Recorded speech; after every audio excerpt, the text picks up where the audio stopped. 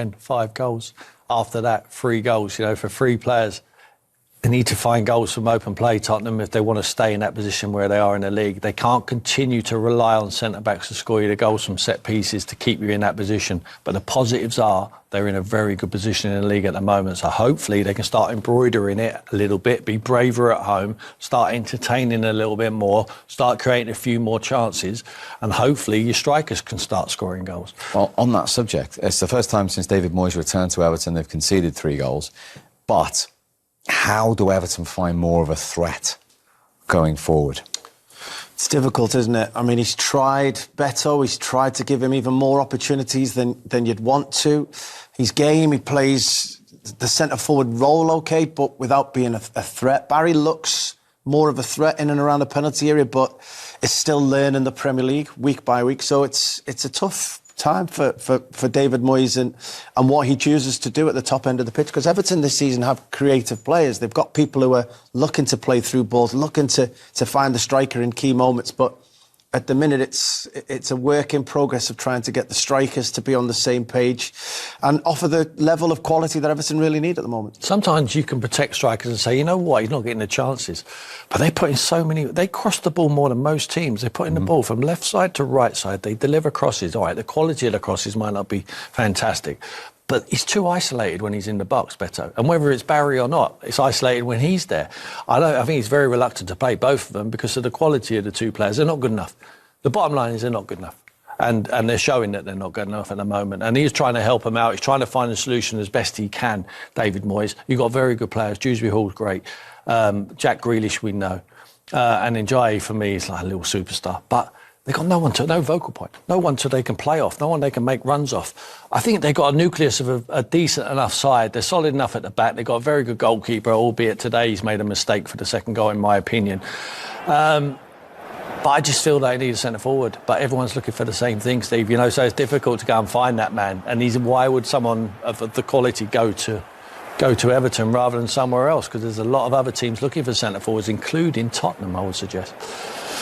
OK, well, Solanke's still to come back from injury as far as Spurs are concerned. But you look at Spurs, if Solanke's fit, they've got Kolo Muani as well. They've got Richarlison. I mean, Everton would take one of those easily, wouldn't they, in even their current situation? who's, playing up there at times, coming deep. Yeah, I mean, the jury's still out on Tierno Barry. Just signed in the summer. He's got potential. And not every striker, not every player hits the ground running in the Premier League. So Everton will still be holding out on that. But Everton needs somebody now. They need somebody to be at the top of their game now.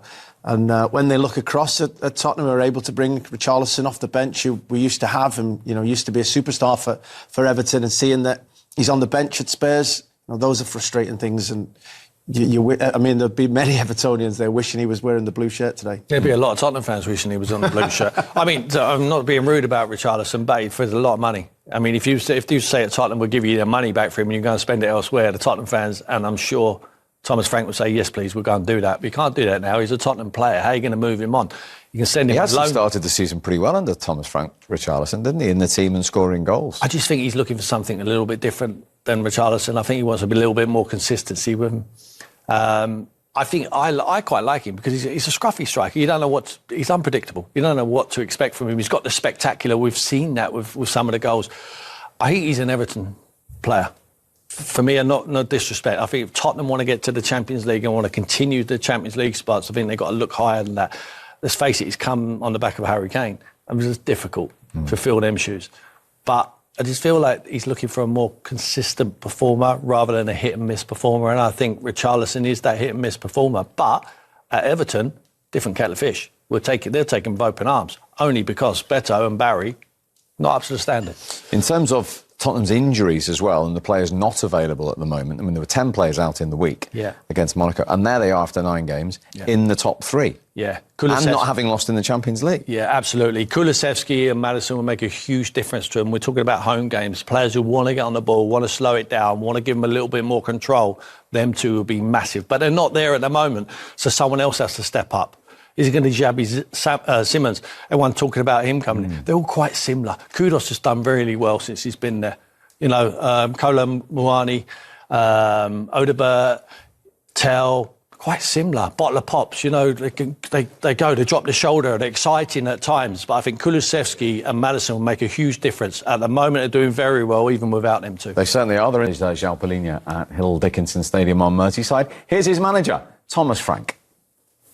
Thomas, it goes without saying you must be a very, very happy man tonight. Yeah.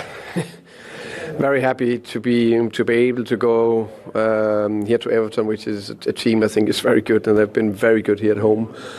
A team that is always well set up under David Moyes. Extremely happy, and any away match you win in the Premier League 3-0 is super impressive. Extremely happy with overall many things, but especially first half. I think we took control of the ball phase one, also phase two, more passes, controlled the game more. And second half was a little bit more of a dogfight, which it can be in the Premier League. So, yeah, very happy with that overall performance. But also that I said it from the beginning of the season. The season is very young. We are, how can you say, inexperienced Champions League team, but we want to be able to compete in more tournaments. And now, after a difficult away game in Champions League, we're going away again, and we win after Champions League match. That's normally tricky to do that if you're an inexperienced Champions League team. And we also did that after Porto, we beat Leeds away. So there's a lot of positive to take away today. Yeah, it's a very relevant point, isn't it?